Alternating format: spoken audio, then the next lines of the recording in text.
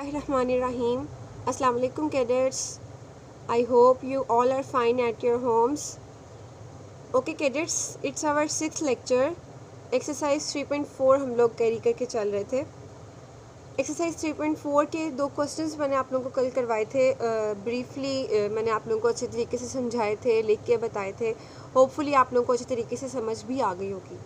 Okay, मैं start करती हूँ क्वेश्चन नंबर 1 का 5 पार्ट. ठीक है, क्वेश्चन नंबर 1 जो है उसका 5 पार्ट में आप लोगों को स्टार्ट करवाने लगी हूँ. कुछ बच्चों ने कहा था कि मैम वीडियोस बहुत हैवी हो जाती हैं, लेंथी हो जाती हैं और हमसे डाउनलोड नहीं होती. इसलिए मैंने क्या किया है, क्वेश्चन सॉल्व कर लिया. मैं आप लोगों को समझा दूंगी क्योंकि प्रोसीजर और क्वेश्चन हम ऑलरेडी कर चुके हैं इस एक्सरसाइज के. ठीक है, स्टार्ट करते हैं बेटे. क्वेश्चन नंबर 5 है मेरे पास. पार्ट नंबर 5 है क्वेश्चन नंबर 1 का. लॉग टेबल को यूज़ करके हमने वैल्यू फाइंड करनी है जो गिवन टर्म हम लोगों को दी गई है. ठीक है, हमारे पास ये नंबर लिखा हुआ है. मैंने आप लोगों को बताया था इसकी आप लोगों ने वैल्यू फाइंड करनी है. जैसे मैंने आपको क्लियर बता दिया था कि हमारे पास जो भी नंबर गिवन होगा हमने सबसे पहले उसको क्या करना है, लेट करना है एक्स के इक्वल, और ये हम लोगों ने उसको लेट कर लिया. अब हम लोगों ने लॉग टेबल यूज़ करके वैल्यू फाइंड करनी है. ये आपके पास लॉग टेबल गिवन है. ठीक है, इस टेबल को यूज़ करके हम लोगों ने वैल्यू फाइंड करनी है. तो हम क्या कर देंगे, taking log on both side, दोनों साइड्स पे हम इसके ऊपर लॉग अप्लाई कर देंगे. इधर भी एक्स के ऊपर लॉग अप्लाई कर दिया, इस पूरी टर्म के ऊपर हम लोगों ने लॉग अप्लाई कर दिया. ठीक है, लॉग को अप्लाई करने के बाद हम लोगों ने लॉ ऑफ लॉगरिदम यूज़ करने हैं.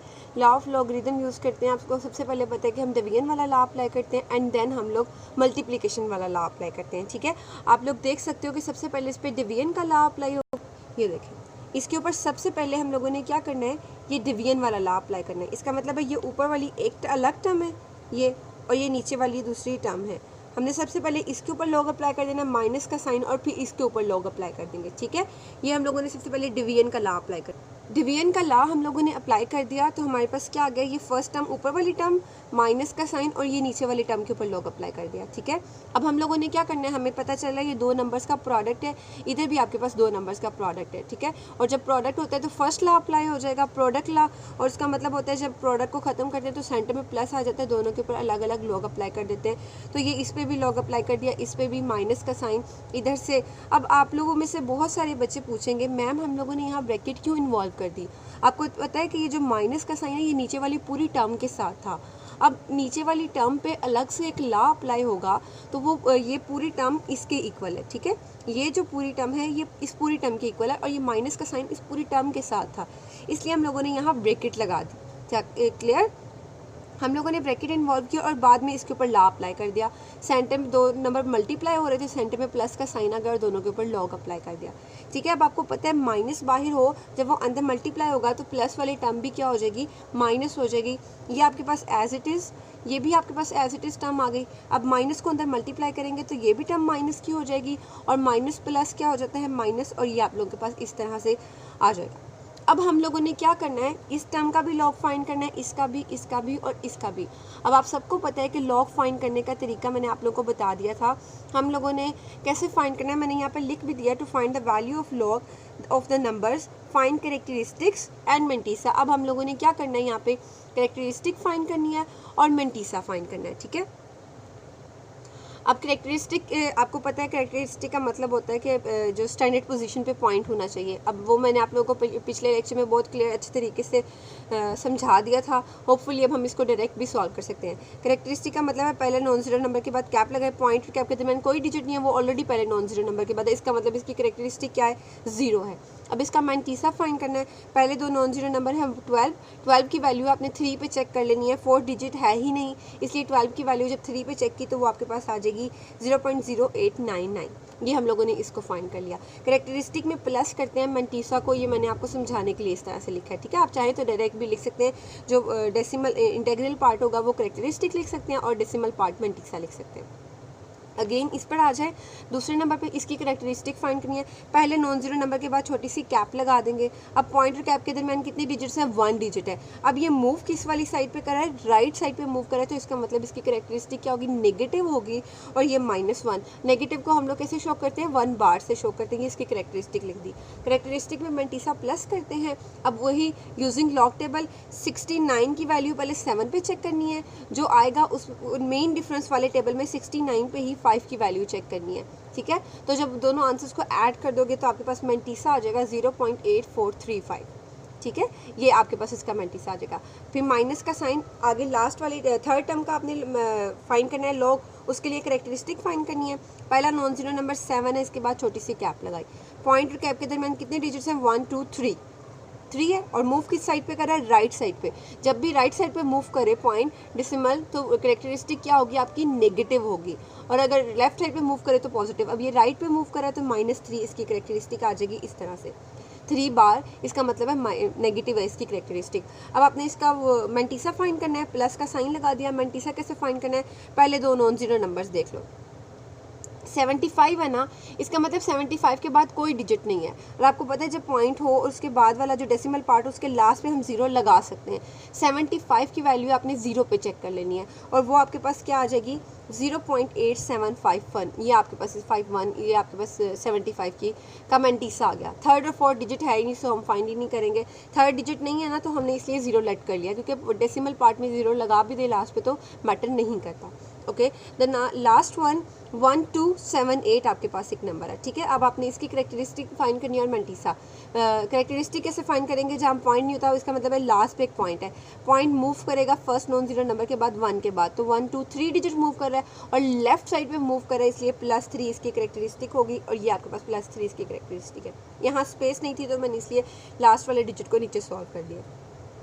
फिर प्लस मैंटीसा 12 की वैल्यू 7 पे चेक करनी है और उसके बाद जो उसको लिख के 12 की वैल्यू मेन डिफरेंस में 8 पे चेक करनी है। दोनों को ऐड कर देंगे तो ये मेरे पास आंसर आ जाएगा 0.1065। आगे बिल्कुल इसकी सिंप्लीफिकेशन है, करेक्ट। इसमें 0 में प्लस कर देंगे तो आपको पता है 0 में कुछ भी ऐड कर दो वो वही रहता है। अब 1 बार का मतलब है -1। इसको सॉल्व किस तरह से करना है, जब करेक्टरिस्टिक होती है 1 बार, इसका मतलब है नेगेटिव है, तो इसकी जगह -1 रिप्लेस कर देंगे प्लस दिस टर्म। फिर ये बाहर माइनस का साइन ऐसे ही। अब ये करेक्टरिस्टिक नेगेटिव की है तो इसको इसकी जगह -3 प्लस ये इन्वॉल्व कर दिया और माइनस आगे वाली टर्म +3 है प्लस 0. इसको ऐड कर देंगे तो 3.1065 आपके पास आ जाएगा। ठीक है, उसके बाद हमने क्या करना है, इनको ऐड कर देना है। -1 प्लस दिस टर्म करेंगे, आपके पास कैलकुलेटर्स मौजूद होंगे, आपने जब इसको सॉल्व किया है तो आपके पास ये टर्म आ जाएगी। ठीक है, अब ये माइनस का जो बाइट वाला साइन है ये एज इट इज़ रहेगा। -3 प्लस 0.8751 किया तो आपके पास -2.1249 आ जाएगा। ठीक है, ये और माइनस दिस लास्ट वाली टर्म को मैंने यहाँ लिख दिया। ठीक है, ओके। अब आपने सिंपली इसको क्या करना है, आपको पता है बाहर भी माइनस है अंदर भी माइनस है, तो ये क्या हो जाएगा, प्लस हो जाएगा, साइन चेंज हो जाएगा और ये सारी टर्म आप लोगों ने कैलकुलेटर पे सॉल्व कर लेनी है और आपके पास एक आंसर आ जाएगा। ये आपने जब उसको सॉल्व कर लिया पूरी की पूरी टर्म को तो आपके पास आंसर आ गया ये पीछे वाली जो टर्म अभी हम लोग क्वेश्चन करके आए, इस टर्म को सब सॉल्व किया तो हमारे पास ये आंसर आ गया। अच्छा, अब मैं यहाँ आपको एक बात क्लियर कर दूँ, इसमें आपके पास मैंटीसा क्या है, नेगेटिव है। मैंटीसा क्या है, नेगेटिव। ये माइनस सिर्फ 1 के ऊपर नहीं लगा हुआ, अगर 1 के ऊपर बार होती तो इसका मतलब होता कि 1 के ऊपर माइनस है। इस माइनस का मतलब है ये इस पूरी टर्म के साथ इन्वॉल्व हो रहा है। इंटेग्रल पार्ट करेक्टरिस्टिक है, पॉइंट वाला डेसिमल पार्ट पूरा का पूरा मैंटीसा है। इट मीन्स कि इसमें जो मैंटीसा है वो नेगेटिव है। और मैं आपको क्लियर बता चुकी हूँ कि हम लोग कभी भी नेगेटिव वैल्यूज़ का मैंटीसा नेगेटिव वैल्यू अगर मैंटीसा की दी हो तो हम उसका लॉग फाइंड नहीं कर सकते, हम उसका एंटी लॉग भी फाइंड नहीं कर सकते। इसका मतलब है सबसे पहले मुझे इस वैल्यू को पॉजिटिव करना है, इस वैल्यू को नहीं। करेक्टरिस्टिक अगर नेगेटिव हो सकती है बट मैंटीसा पॉजिटिव होना चाहिए। इसको इस इधर बाहर माइनस लगा हुआ है, इसका मतलब ये है अगर 1 के ऊपर अकेला होता है ना तो इसका मतलब होता है करेक्टरिस्टिक नेगेटिव है और डेसिमल पार्ट जो है वो मैंटीसा है, वो पॉजिटिव होता है। बट यहाँ माइनस बाहर है, इसका मतलब ये पूरी टर्म जो है आपके पास क्या है, नेगेटिव है। तो आपको पता है मैथ में जब हम लोगों को कुछ खुद से सॉल्व करना होता है तो हम इसको पॉजिटिव बनाने के लिए मैं क्या करूँगी, इसमें कुछ ऐड भी कर दूँगी और कुछ सब्ट्रैक्ट भी कर दूँगी। ऑफ कोर्स ये माइनस वाले टर्म है ना, तो 1 से तो बड़ी डिजिट ही कुछ ऐड करूँगी और सब्ट्रैक्ट करूँगी। मैं क्या कर दूँगी, बाय एडिंग मैंने यहाँ से आगे सॉल्व नहीं किया था क्योंकि यहाँ थोड़ा सा डिफरेंट कॉन्सेप्ट था, ये आप लोगों को बात बतानी थी, इसलिए मैंने कहा था मैं आपको साथ साथ इसको सॉल्व कर दूँगी। बाय एडिंग एंड सब्ट्रैक्टिंग, यही लिख दें। आपने 2 को ऐड भी कर देना है और सब्ट्रैक्ट भी कर देना है। किस तरह से? माइनस भी कर दिया 2 को, प्लस भी कर दिया 2 को, कर दिया, और साथ ये माइनस वाली टर्म लिख दें 1.0482, ठीक है। एक्चुअली में हमें पॉजिटिव बनाना था इस वैल्यू को। अब देखें +2 है, -1 पॉइंट दिस, अब 1 ये -1 पॉइंट है, इसका मतलब है छोटी वैल्यू है, ये बड़ी वैल्यू है, ठीक है। अब जब +2 -1.0482 इस +2 माइनस, इसको आप कैलकुलेटर पे अगर सॉल्व करते हैं तो आपके पास इन दोनों को सॉल्व करने के बाद आंसर आ जाता है 0.9518। प्लस का साइन 0.9518, प्लस का साइन क्यों आया? ये -1 है, ठीक है, चाहे पॉइंट के बाद में कुछ वैल्यूज है बट -1 है। इसका मतलब है ये छोटी वैल्यू है या बड़ी वैल्यू है। जब प्लस माइनस सॉल्व करते हैं तो हमेशा बड़ी वाली वैल्यू का साइन आता है, ये आप सबको पता है, ठीक है। अब देखें, अब ये लॉ किसके इक्वल होता है? Characteristic plus mantissa. अब इसका मैंटीसा क्या है? पॉजिटिव है, और कैरेक्टरिस्टिक क्या है? नेगेटिव। अब नेगेटिव कैरेक्टरिस्टिक को आप किस तरह लिख सकते हो? 2 बार, और उसके बाद मैंटीसा को हम डेसिमल पार्ट में लिख देते हैं। जब ऐड करोगे तो आपके पास 0.9518 आ जाएगा। इसकी जगह हम लोगों ने क्या लिख देना है? 2 बार प्लेस कर देना है। क्लियर? अब हमारे पास इसका मतलब है ये जो नेगेटिव नंबर है वो सिर्फ इतना है, मैंटीसा जो है वो इसका पॉजिटिव है। अब आपके पास log of x is equals to this आ गया। अब हम लोगों ने इसका log एंटी x ख़त्म करके log ख़त्म करके एंटी log फाइंड करना है ना, हम लोगों ने क्या करना है? x नंबर फाइंड करना है, तो log को ख़त्म करने के लिए हम अप्लाई कर देंगे anti log on both sides. Apply anti log on both sides, आप लिख लेना है साथ में। एंटी log इधर भी अप्लाई कर देंगे और अंदर आपके पास ये टर्म आ जाएगा 0.9518।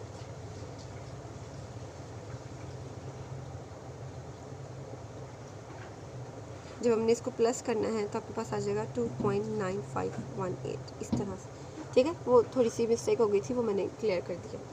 ओके, अब आपने क्या करना है? हम एंटी लॉग फाइंड करते वक्त कैरेक्टरिस्टिक को कुछ भी नहीं करते, ये मैंने आपको पहले भी क्लियर कर दिया था। हमने सिंपली बेटे क्या करना है, यहाँ पे आपने ये आपके पास मैंटीसा गिवन है इसमें, ठीक है, मैंटीसा गिवन है 95 लिखा हुआ है, ठीक है। अब हमने एंटी लॉग वाले टेबल में इस मैंटीसा को चेक करना है।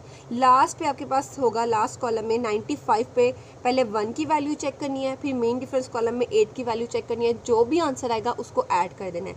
जब मैंने 95 की वैल्यू 1 पे चेक की और फिर उसको ऐड कर दिया 8 मेन डिफरेंस वाली कॉलम में, तो मेरे पास बेटे आंसर आ जाता है इसका 8949।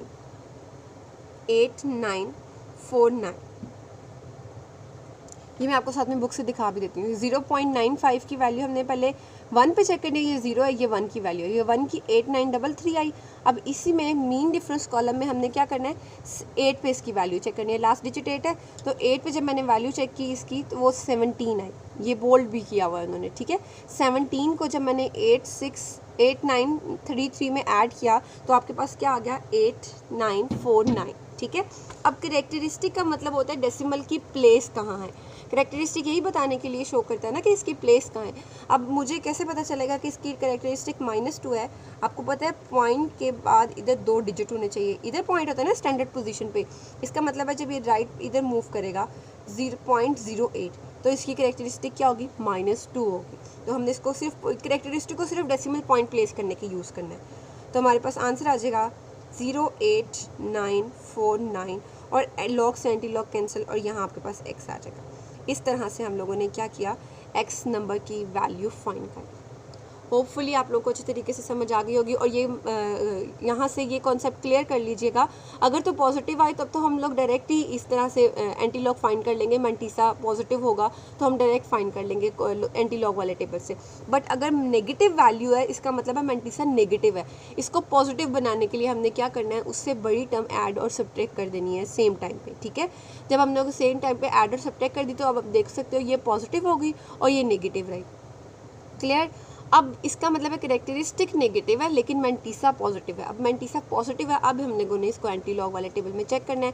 पहले 2 वैल्यूज़ को हाईलाइट करके उसकी वैल्यू 1 पे चेक की और मेन डिफरेंस पे 8 पे चेक की, उसको ऐड कर दिया और ये मेरे पास आंसर आ गया। ये जो 2 बार होता है ये सिर्फ पॉइंट की प्लेस शो करने के लिए होता है, नेगेटिव होती है, इसका मतलब होता है नॉन ज़ीरो नंबर के इस वाली साइड पर पॉइंट आना है। तो हम लोगों ने 1 2 डिजिट छोड़ के यहाँ पॉइंट प्लेस कर दिया और इस तरह से हमारे पास एक्स का आंसर आ गया।